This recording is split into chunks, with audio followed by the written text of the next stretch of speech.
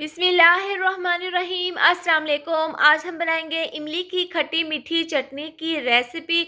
आप इसको बनाकर पूरा माह रमज़ान समोसे पकोड़े या फिर कचौरियों के साथ खाएं। ये बहुत ही शानदार, बहुत ही फ्लेवरफुल बनकर तैयार होती है। तो सबसे पहले हम इसको डाल देंगे बाउल में। 1 कप मैंने यहाँ पर इमली ली है।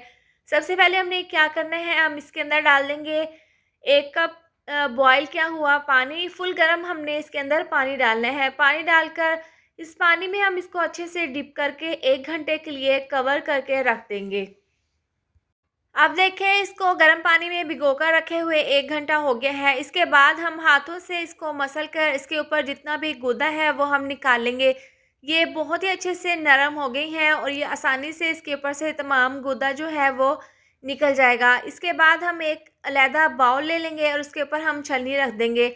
छलनी रखने के बाद आधा ये इमली वाला मिक्सचर हम इसके अंदर डाल देंगे और स्पैचुला से इस तरह से इसको हिलाते हुए इसके अंदर से जो गाढ़े वाला पल्प है वो निकाल लेंगे। इस तरह से निकालने के बाद जो गुठलियाँ हैं उनको हम अलहदा कर लेंगे।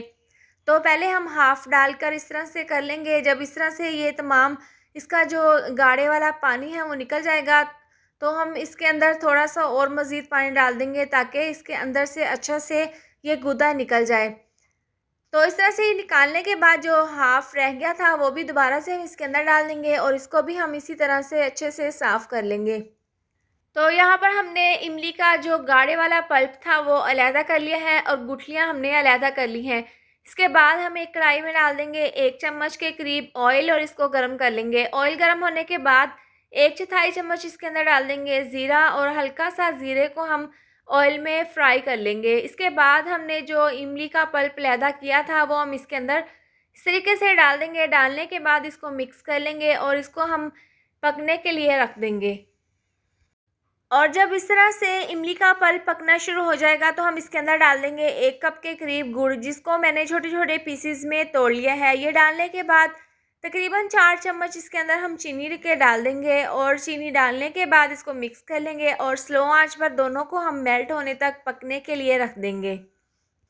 चीनी और गुड़ को मेल्ट होने में 3 से 4 मिनट लगे हैं। इसके बाद हम 1/4 चम्मच नमक डाल देंगे और 1/4 चम्मच डाल देंगे काला नमक। इससे बहुत ही अच्छा सा फ्लेवर आएगा। इसके साथ ही आधी चम्मच डाल देंगे लाल मिर्चों का पाउडर। ये डालने के बाद हम इसके अंदर 1 चम्मच डाल देंगे चाट मसाला। इससे बहुत ही ज़बरदस्त सा फ्लेवर आएगा इमली की चटनी में।